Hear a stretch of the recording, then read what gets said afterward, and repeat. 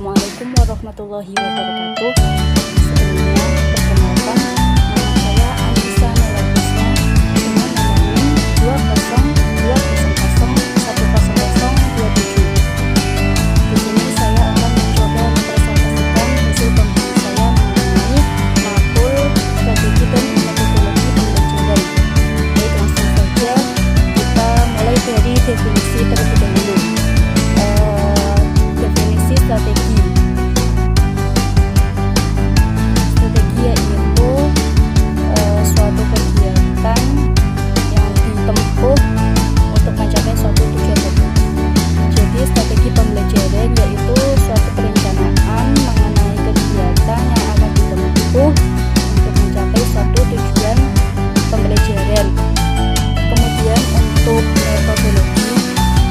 metodologi sendiri berasal dari kata dasar metode yang berasal dari bahasa kita, yakni kita yang berarti melalui dan modus yang berarti cara. Jadi metodologi atau metode yaitu suatu cara yang tertentu untuk mencapai suatu tujuan tertentu atau suatu tujuan pembelajaran. Kemudian kita lanjut kepada prinsip. Prinsip sendiri berasal dari kata principia yang berarti permulaan. Maksudnya di sini ialah titik awal dimulainya berbagai hal tertentu. Dalam proses pembelajaran kita mengenal guru dan murid. Kita mengenal istilah guru dan murid. Secara garis besar, guru ini kan tugasnya mengajar, sementara murid tugasnya belajar. Dari kedua tugas ini kita dapat membagi prinsip dari kedua kegiatan ini masing-masing memiliki prinsip tersendiri. Di sini Muhammad Ali mengemukakan ada 4 prinsip dalam belajar. Yang pertama yaitu proses belajar kompleks namun terorganisir. Yang kedua adanya motivasi. Yang ketiga step by step. Maksudnya di sini ialah bertahap dari yang sederhana menuju ke kompleks. Yang keempat melibatkan perbedaan dan penggeneralisasian berbagai proses. Kemudian kita lanjut pada faktor-faktor yang menentukan berhasil atau tidaknya suatu proses pembelajaran.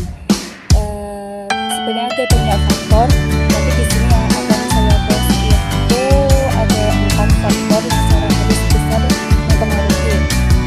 Yang pertama yaitu faktor dari anak didik itu sendiri. Apakah anak didik itu niat dalam pembelajaran atau tidak, serius atau tidak, apakah malas-malasan atau tidak, itu sangat berpengaruh. Kemudian tujuan. Di sini saya mengambil contoh tujuan dari pembelajaran PAI. Diharapkan mungkin supaya siswa nanti dapat menjadi seorang muslim yang baik dan taat. Kemudian situasi itu suatu kondisi yang tercipta saat guru mulai menguasai pembelajaran. Kemudian fasilitas, menurut saya ini sih tergantung.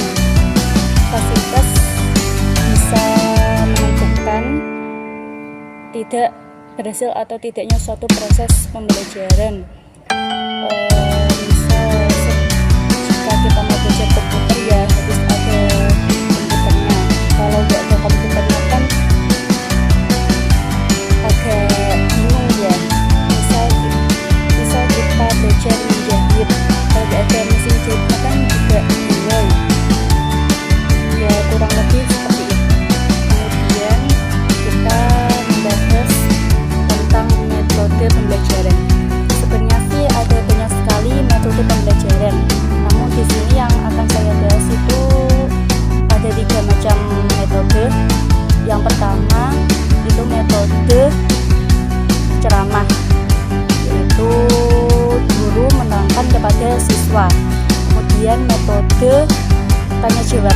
Setelah menerangkan, guru kemudian memberikan soal yang kemudian akan dijawab oleh siswa.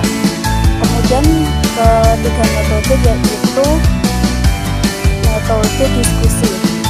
Setelah guru memberikan pertanyaan, namun ada suatu pertanyaan yang cukup sulit untuk dijawab, kemudian guru menyuruh siswa untuk mendiskusikan tentang soal yang sulit itu untuk dipecahkan.